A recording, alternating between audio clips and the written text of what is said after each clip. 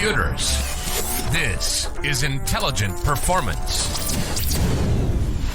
Trevor, welcome to Intelligent Performance, where we are fanatical about excellence in human endeavor. It's a pleasure to have you with us. You have helped over 30,000 people lose over 600,000 pounds in weight, and we're going to dive into what does it take to achieve those kind of results on a consistent basis. But first, I would love to hear what's your take on intelligent performance. Hey, Michael, thanks so much for having me, man. It's an honor. I'm really looking forward to this conversation, and I'm an admirer of your work as well. Love what you guys are doing. And, you know, intelligent performance to me is there's always a better way. You know, there's always another way, because, you know, what I've always learned, especially in business and in life in many different ways, it's kind of like where everyone is going, you kind of want to stop and actually look the other directions to be able to find the blue ocean, so to speak, you know, because there's always another opportunity. And, you know, if you're swimming, you know, with the myriad of the school of the fish, you know, you're kind of blinded by the trees. So you're not able to have an outside perspective. So I think it's really just, you know, maintaining an outside perspective and asking yourself, can this be done differently? Can this be done more efficiently, more effectively, you know, than it's being done right now, you know, kind of in any endeavor, quite frankly. So that's what it means to me. Wow, that's really cool. We're going to touch on weight loss, but I think before we dive into, you know, some of the results you've produced and helped people produce, tell us what's your story in this space? Why, you know, it sounds like you've been working in this area for a long, long time. What is it that kind of got you hooked on this kind of weight loss drug, as it were?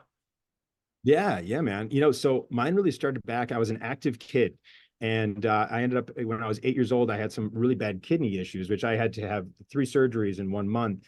Wow. And it basically made it so I was sedentary. I wasn't really able to do anything physical for years, really. And I gained a bunch of weight, and I carried that on into high school, and it affected me big time, you know. And I didn't really realize, you know, I definitely realized, hey, I don't really like how things are going here, but you know, you're like 14, 15 years old, you don't really understand what's going on, so to speak, but it impacted me substantially. And then I was introduced to working out. I wanted to play football, you know, like I think, yeah, junior year, senior year. So my one buddy, Todd Zandowitz, I'll never forget him, man. He's fantastic. But he introduced me to working out, you know, and he was the jacked quarterback, you know, that everyone wanted to be, basically. And I'm just like, okay, teach me, man. But he was awesome, super, super cool guy. And he taught me. He was my neighbor, and he taught me, you know, working out, gave me a taste of it. And of course, you know, when you're like 16, 17 years old, like you touch a weight and you're like, oh my God, I can see it. You know what I mean? So Yeah. it's pretty immediate that I was able to see a difference. And all of a sudden I realized it was like, okay, well, the stuff was changing in terms of how I was perceiving myself, how I was communicating with other people, and carrying myself. And it was like, whoa, you know what I mean? Like I had never really felt that before. And it was kind of instantaneous, and it was based upon my perception. So I was like, okay, this is super interesting. So it basically put me in a position to where I was like, do other people, are other people affected, you know, the same way that I am, say emotionally, you know, by this? And are they willing to talk about it? You know, I did do that, you know, and that was an interesting question to me, but it got me into the field. That's what I studied in school: nutrition, exercise physiology, really personal trained on the side, you know, for a long time. And then I was just into it, you know, reading it, studying it, applying it, and just doing it, you know, as a thing on the side. But I ended up actually getting my degree in my master's in education. So I was actually teaching for Erie One BOCES. It's a vocational technology school around here, and they hired me to create a personal training certification program for juniors and seniors. So I created that curriculum, and then I was teaching that. And, you know, that was basically my pinnacle to where it was like, okay, am I going to teach or am I going to do? And then I ended up essentially moving into literally getting into it full time, you know, teaching people. But it all kind of came down to this impacted me a certain way.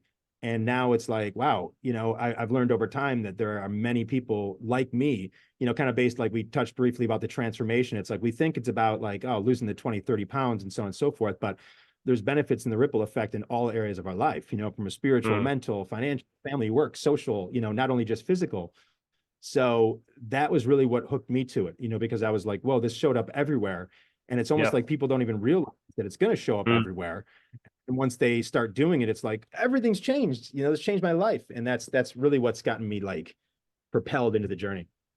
Yeah. Okay. Very cool. Just tell me, take back to the teenage years for you. Like, I often think about that for my children. You know, I've got a 3-year-old and a 1-year-old, and I see them in the playground. I see some of the kids they're playing with, like some of those kids are like they're overweight already, and it makes me think. I'm Yeah. like, oh man, that's such a potential identity to carry with you, right? That this is how you are, and that as a child, if you grow up being a certain way, I often think that's maybe could be an unfortunate way to process, or maybe you never get to experience something else. So, is that Yeah. what's your take on that? Just to speak to that kind of that Trevor as a 13, 14-year-old, like how was life for you at that period, or what from what you recall? Yeah, man. It was a lot of, I would say, self-infliction, based upon my own perception, and I didn't really realize it. I wasn't able to really analyze it at the time, but that's really what it more was. It was more me beating myself up a certain way, which Mm, made me carry myself a certain way, which essentially made me a target, and it's almost like, the law of attraction, what you think about, you bring about. So it's almost like, of course there was going to be the bully that was going to show up. I mean, I was setting the stage, you know what I mean? It was really, really interesting looking back, but it was a lot of that. There were a lot of bullies, and I was always taught to, because it was funny. I was always like the tallest guy, but kind of like wouldn't fight back, type person. right. And it definitely, led me to be, say, taken advantage of, in many situations. Um, but I will say, I think the biggest takeaway, kind of to your point, in terms of, well, what's the other side of that, is that although it was a huge struggle, I definitely learned, how to treat people, how Mm, not to treat people, and yeah. also how to really be able to, pick my crowd, Mm, and basically be able to choose wisely in terms of those who I trust and who I'm willing to give my time, because yeah. obviously everyone's time is our greatest asset, so there's only so much of it. So I'm very particular in those that I spend my time with, based upon the value, you know what I mean, of that. So it's one of those things. I have a 14-year-old son right now going through kind of a similar thing, which is Mm, great. It's like I get to share my experiences, but at the same time, it's difficult. It's yeah. absolutely difficult. And that's the world. When you're 14 years old, that's your world. So you Mm, don't really know any. You think it's everything, when you and I both know it's like, oh, it's just a phase, and it's gonna pass. So I would say I would say that there was much more value than there was the opposite, because, say, if I were on the other side of the coin and I were one of the cool kids, and say I was mistreating others because I kind of didn't know any better, let's just say, well, like, that would suck. I would much rather have, my, say, past leading up to now, than have to deal with that, have to deal with the repercussions of my actions, in that situation as well, you mm. know. So your work these days, and kind of bringing it back to intelligent performance, is that how much do you see when you're working with clients that it's a lot of the kind of the childhood stuff or the early life stuff which they're actually bringing into? And maybe because I don't know, it's often struck me that maybe when you're tackling things from a physical perspective, why people often don't see long-term results is their identity, which is a really tricky thing to mold and shape and maneuver, doesn't really get to change, right? Like if you relate to yourself as a couch potato versus relate to yourself as a triathlete, then, and I'm speaking from personal experience here, when I relate to myself like a triathlete, it feels weird not to go to the gym. Whereas when I'm just like, oh, it's all right, the couch potato kind of, then it's fine not to go to the gym. That's what a couch potato would kind of do. So do you see that much in your clients, I guess, is the essence of the question? Yeah. Oh, 100%. I think it really comes back to how they're looking at themselves at that current time when they step in, because most of them at a pretty low point. Most of our patients, they've seen many other, say, practitioners. They've tried diets, they've tried gyms, they've tried pills, they've tried potions. They've tried all these different things, and their hope level has dissipated. So I feel that many of them are in a situation where they feel like maybe they have to settle. So their label on themselves is far from where you're talking, and I think it really comes down to making that decision, letting them know you can do this, to be able to actually shift that mindset. Because you're right, it's like, without that mindset shift, it's harder to sustain consistency. If we're labeling ourselves as overweight, and I'm never going to do this, and I'm going to fail just like I did the last time, well, Mm, that's probably going to happen, because it's almost like we're going to enable ourselves to do that. So There is a lot to that. There is a lot to that. And what we do for that is we actually do a values matching exercise. And it's really, really interesting because we go through and we basically, I can bring you through something like if you want, but more or less what we do is we talk about their goals. And then we go through and we talk about how each of their goals is going to benefit them. And we get it down to the nitty gritty, and it's answer, in terms of like, hey, so you want to flatten your midsection, you want to lose that 20 pounds, how's that going to benefit you? What's that going to do for you? Like, what's that going to enable for you, Michael? And then we ask the question 3 different ways because it's going to be picked up several different ways. And we get so many different things. Well, it's going to make me feel better about myself. It's going to make me have a better level of confidence. So how's that going to benefit you? How, feeling better about yourself, how is having a better level of confidence? What's that going to do for you? And we continue to go deep in there. And we basically go through and are able to show them all the different areas of life that are going to be affected by this. And then we paint the picture and show them, basically what it's going to look like, and more or less actually create like kind of like a movie experience to be like, so you're hanging out with your girlfriend, you're having a conversation, you're present because you're not worried about like, oh my gosh, do they notice that I put on weight? You're not pulling your shirt out from your midsection like you said you were doing as well. And guess what? You're wearing that shirt in your closet that was hanging in the left, that is actually the sleeveless shirt that you've been talking about for years. You reach back to itch your low back in the middle of the conversation, and you notice, oh my God, your love handles are gone. And you're like, oh my God, I did it, So we paint a picture like that, which is like, you're there. This is how it's going to be when this happens, to be able to shift that mindset into exactly what you're talking about. Let's get rid of that old thought process about ourselves and actually start giving ourselves a visualization of where we want to be and give ourselves a taste of what it's going to feel like. Because once you're actually even able to feel something like that, then something is able to shift up here. And I think you're able to get an understanding of like the value of that. Like, holy shit, wouldn't that be amazing?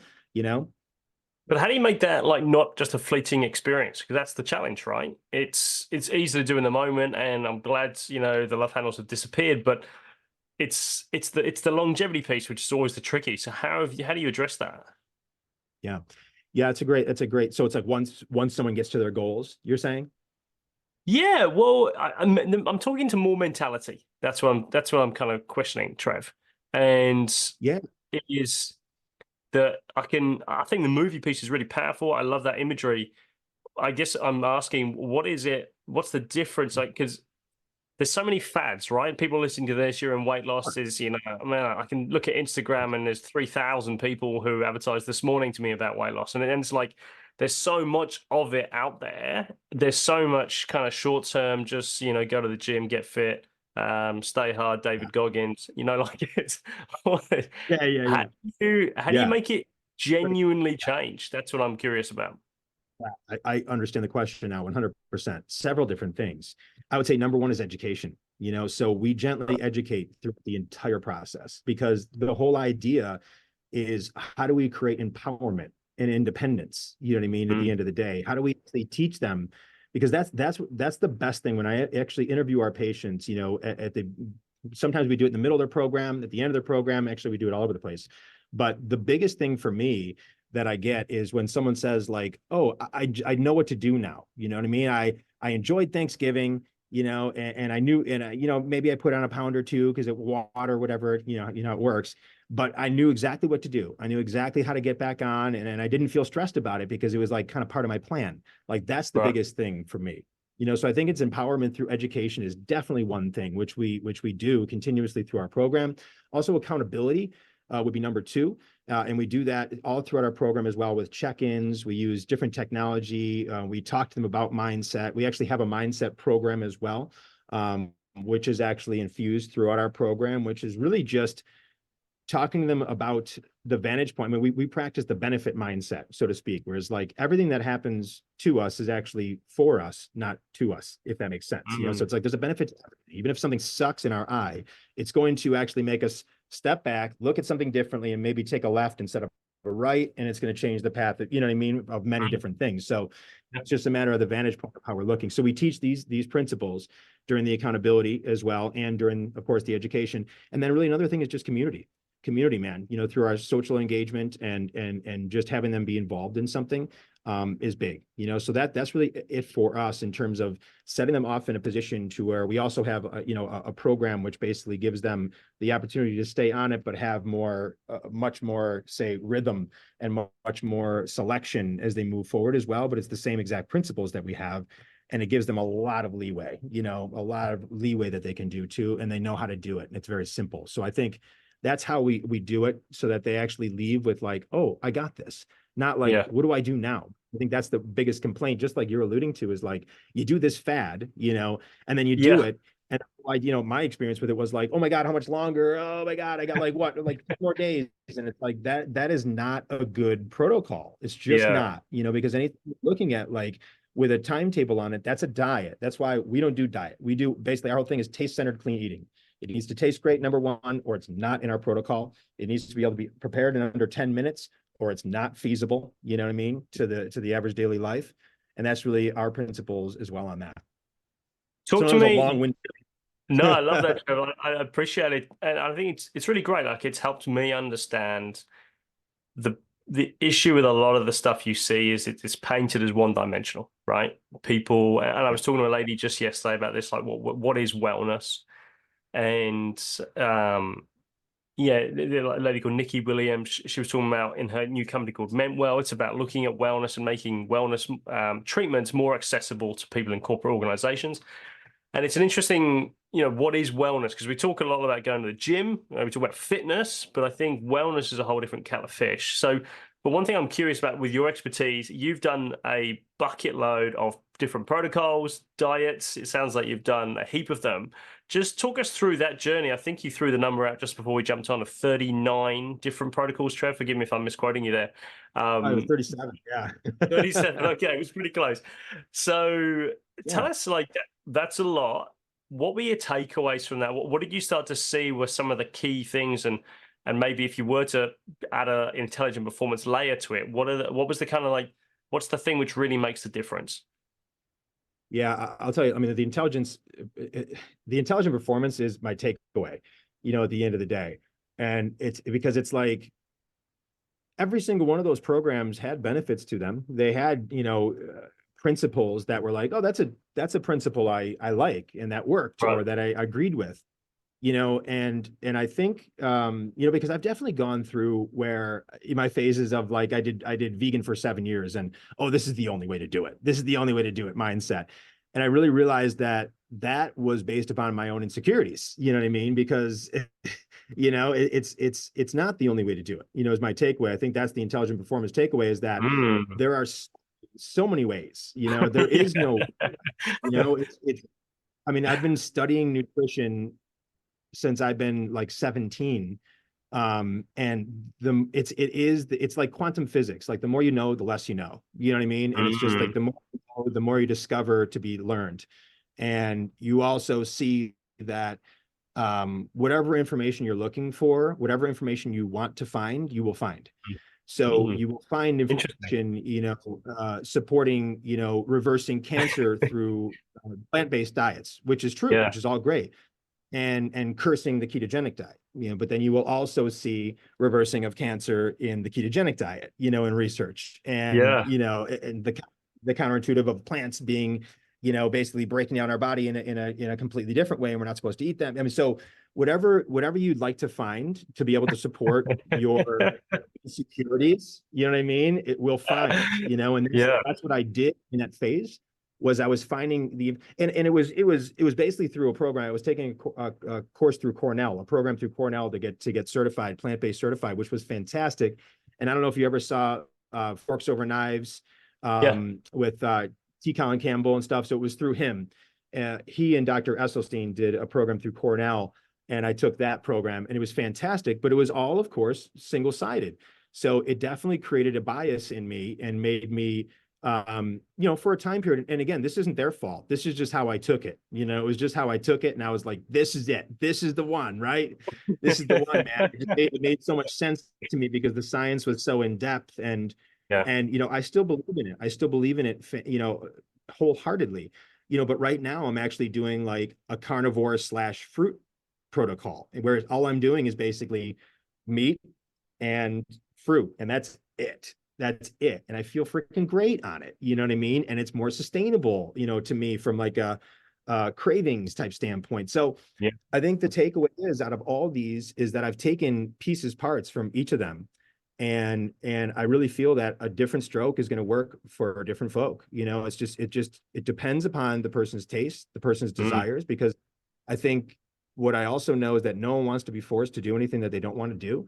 So if we can find something that's actually going to match what they're looking for, that is going to be the best variable for them, regardless of what our own, I guess you would say, inner feelings or beliefs are based upon the protocol.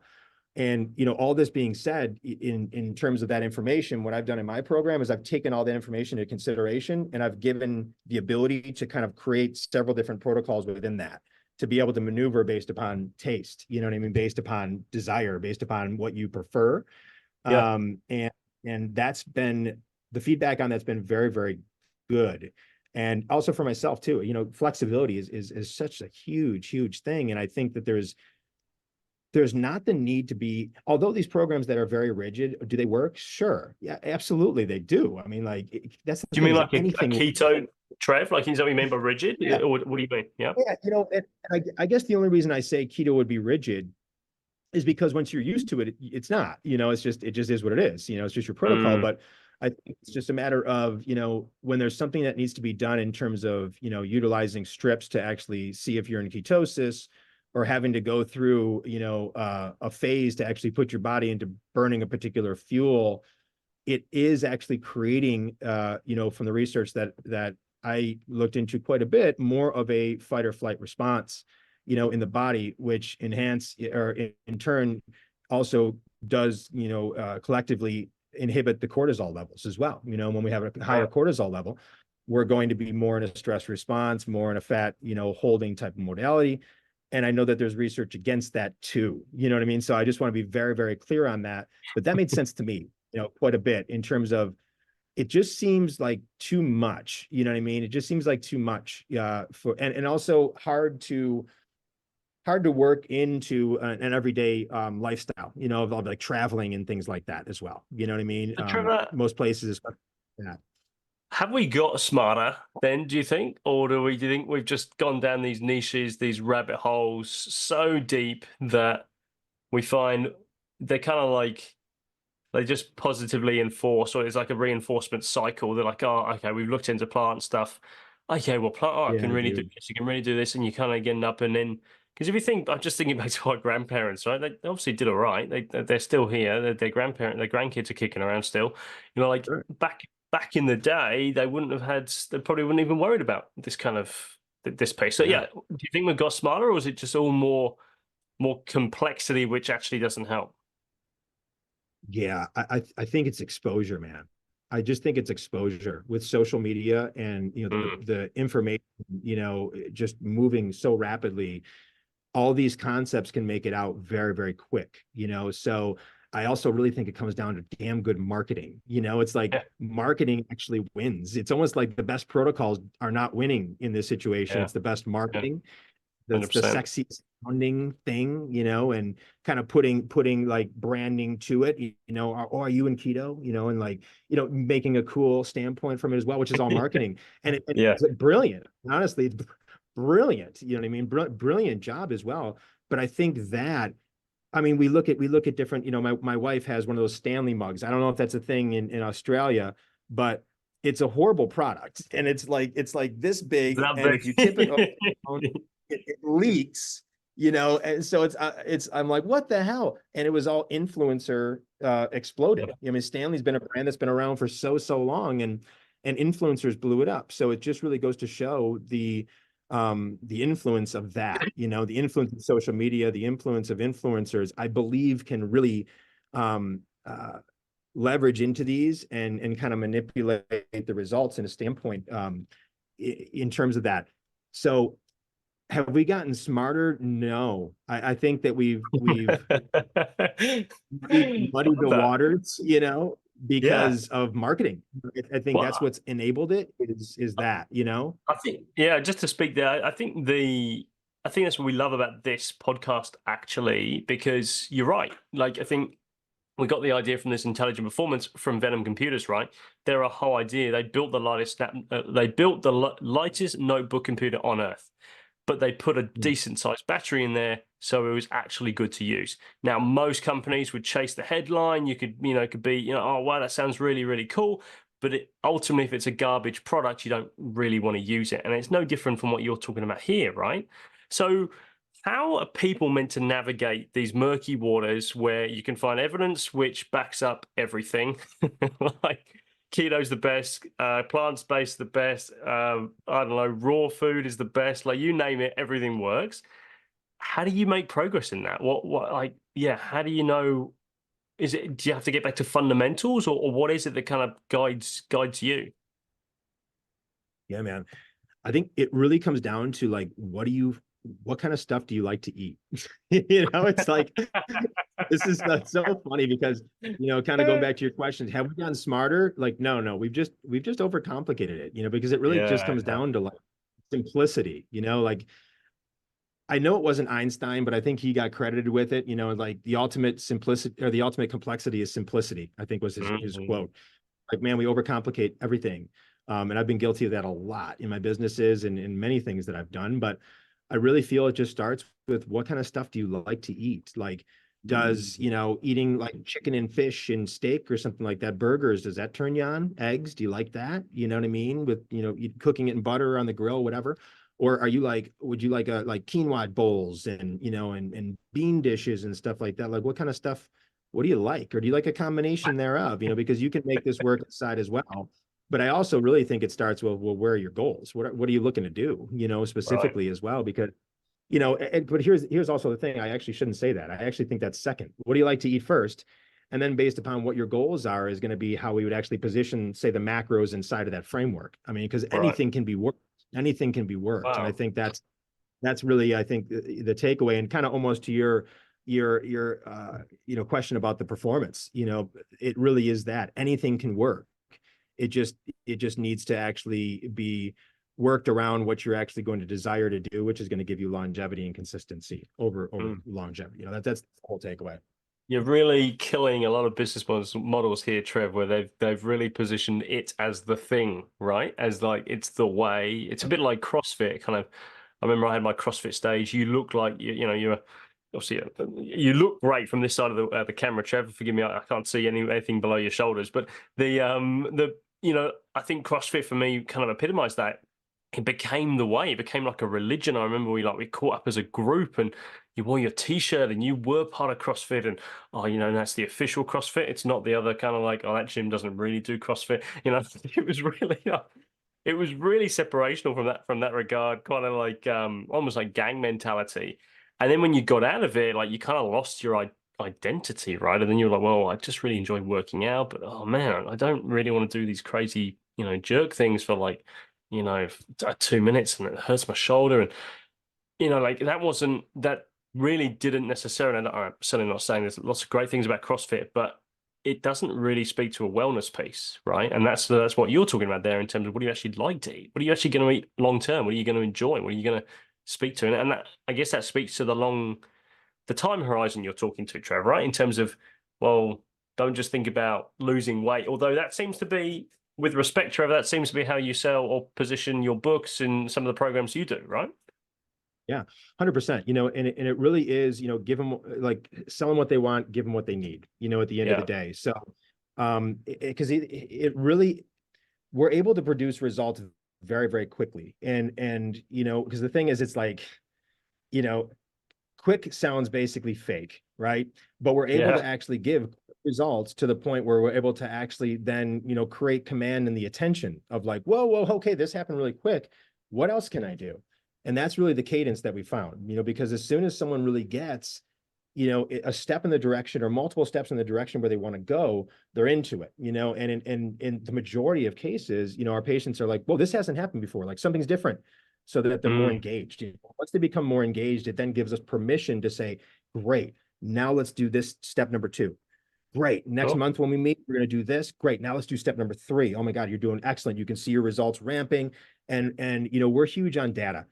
So I created a system. It's called the My Data system. It's part of our Transform One program. And what we do is we're actually utilizing the patient's actual data. We give them smart technology like the Aura Ring. We use basically Fitbit watches. We use, smart scale technology, chronometer, nutritional food tracker technology that all actually goes into our client management system. And we're able to actually use their real data. So, if I'm meeting with Michael, let's just say we sit down and we haven't seen each other in a month, I'm able to see like, oh my gosh, Michael, look, you lost 4 pounds in this 6-day period of time. Beautiful. Like this is like your greatest, piece, and your achievement over the last month. Let's look at your correlating food program. Oh my gosh, you were nailing it. Let's rinse this. Here's our form. We're not having to rinse and repeat. We're not having to speculatively guess. Okay, Michael, it tends to be these 15 things work. Let's try this one. It takes away all the guesswork, no more guesswork, and we're able to actually get, continuous, results for the patients as well. If you could wave a magic wand, Trev, what would be the key things you would stop people thinking about or doing when it comes to weight loss?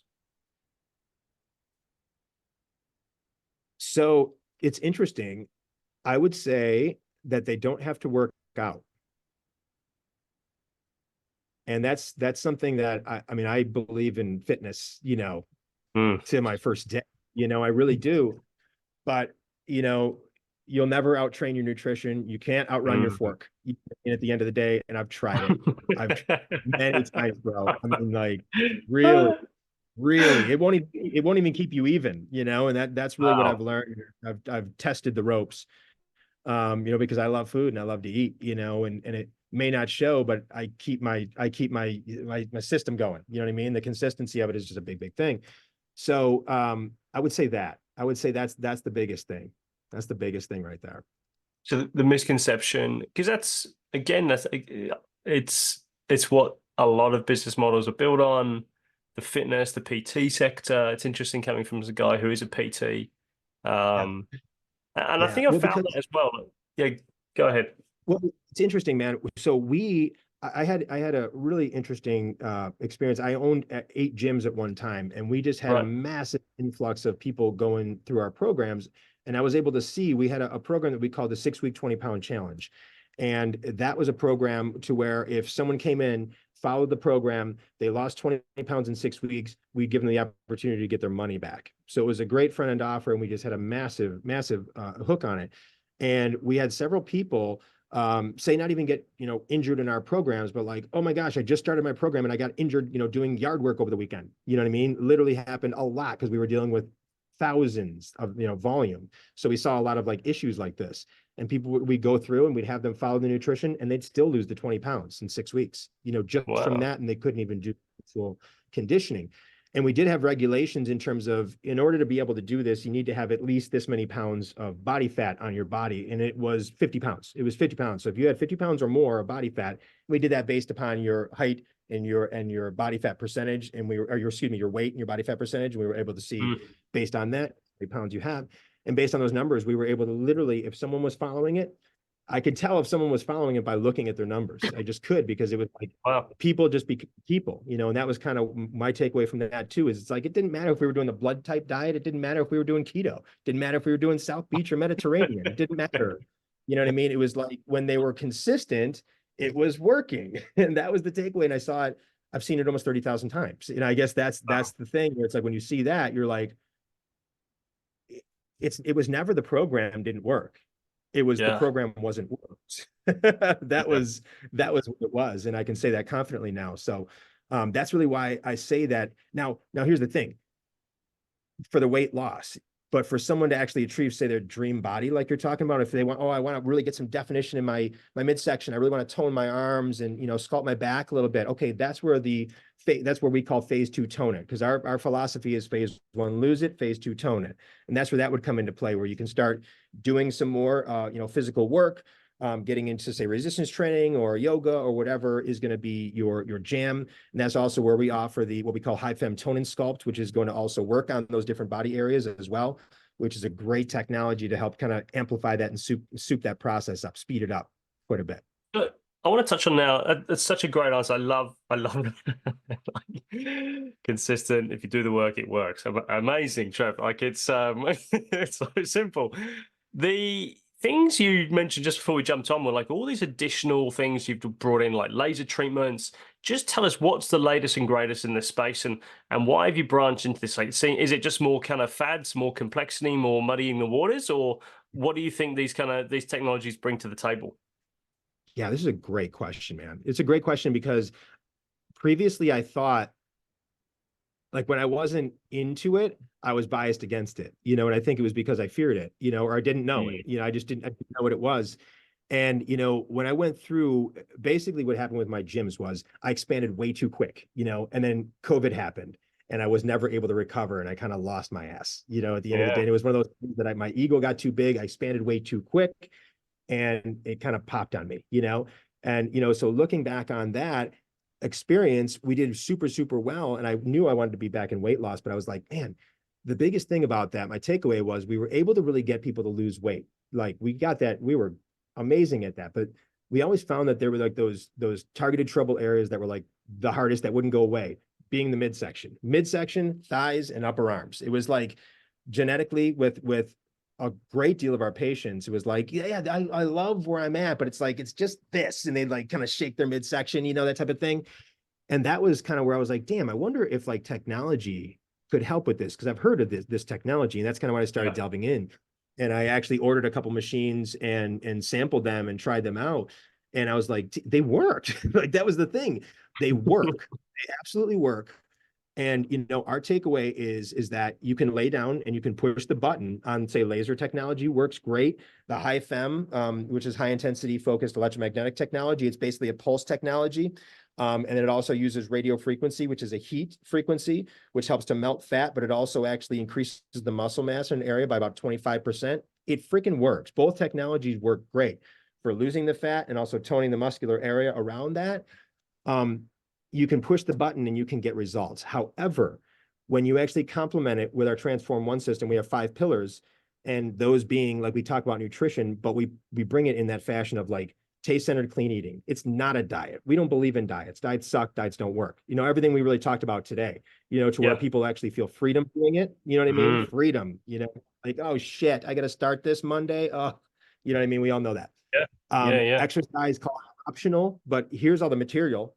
Mindset program, accountability program, we basically build it all in to it as well. So I was able to take the other components that I was actually doing that I perfected, combine it with the technology. And what we find is when you combine them together, you're hyper accelerating the technology. The technology is the catalyst. It's basically like you started up a lighter, and then the other variables basically are like dumping gasoline on it. So we're able to literally 7 to 10x the results of just the technology alone by leaning into these other pillars, is really what we found with it. So it was just like crazy effects. So the issue is like a binary mindset, in that if you're thinking it's one or the other, which just kind of speaks to what we've been trained to think about in this space of, it's keto, no, it's not, it's plant, no, it's carnivore, no, it's something else. What you're saying is actually it's a combination. It's not just one thing. It does work, but it's a fad if you go all in on it and it's the only thing you do, right? And that's kind of essentially what you're saying. It's the wrong way to think about it from what you're saying. Yeah, I think really just because it doesn't really even begin with the end in mind. It begins with the thought of, how long do I have to do this? How long is this going to take? As opposed to the framework of this is actually how I choose to live moving forward. Because if we can actually get to the rhythm of how we want things to be, then it's like you're not doing any work. It's kind of like finding what you love to do. It's kind of the same thing. And that's why I always say, like, you don't have to exercise to begin with. And the same thing with nutrition is, people, I think, get very intimidated because it's like, oh God, another diet. They all know what that is. So we're very adamant about, like, here's the thing. We know you want to eat things that taste good, right? There's only 2 reasons why people wouldn't want to do a protocol, and it's because they think it's going to be cardboard and broccoli, and they've done that before and don't want to do it, and they think it's going to take them extra time. So those are the 2 variables that we come at and basically eliminate those, to basically eliminate the fear around them and the misconception of, like, oh God, here we go, another thing. It's like, no, we're all about taste. If it doesn't taste good, you won't see it on here. If it's not easy to do, under 10 minutes for both you and your family, you don't have to double cook, none of that stuff anymore. It's not on. And then it's kind of like, okay, because our whole belief is, it's like, well, we all eat food. So you might as well eat food that tastes great, and that's actually going to get you where you want to go, and that's on the way, not in the way, as opposed to, you know what I mean, taking the same amount of time eating food that also tastes good, but that's also going to make you feel like garbage and actually bring you further away. So it's almost like a very clean swap, and we try to break the mental intimidation of it that's basically been created, I feel, through their past experiences, of course. Yeah, I'm just thinking back to a protocol. I did a keto one. It was very cool. It worked really, really well, but I had to buy these specific products. The education was large, it was limited. The secret sauce was what was in the packet, and you kind of get to the end and go, okay, wow, I really want to keep this going, but oh wow, those supplements, oh man, that was a pretty lousy kind of milk thingamajig, like it doesn't, it's like the solution, it gives you what you want, but then you actually, oh yeah, it's kind of, you feel trapped. And I think that, to your point, Trev, that if you can, emancipation, right, is a word which doesn't get talked about enough, freedom, that to really, to that's what people are really looking for largely, right? I think weight loss is a symptom, because really what they want to do is they'd love to be able to enjoy their bodies, live more, not have to worry about eating. That's ultimately the end state, which is often difficult to communicate.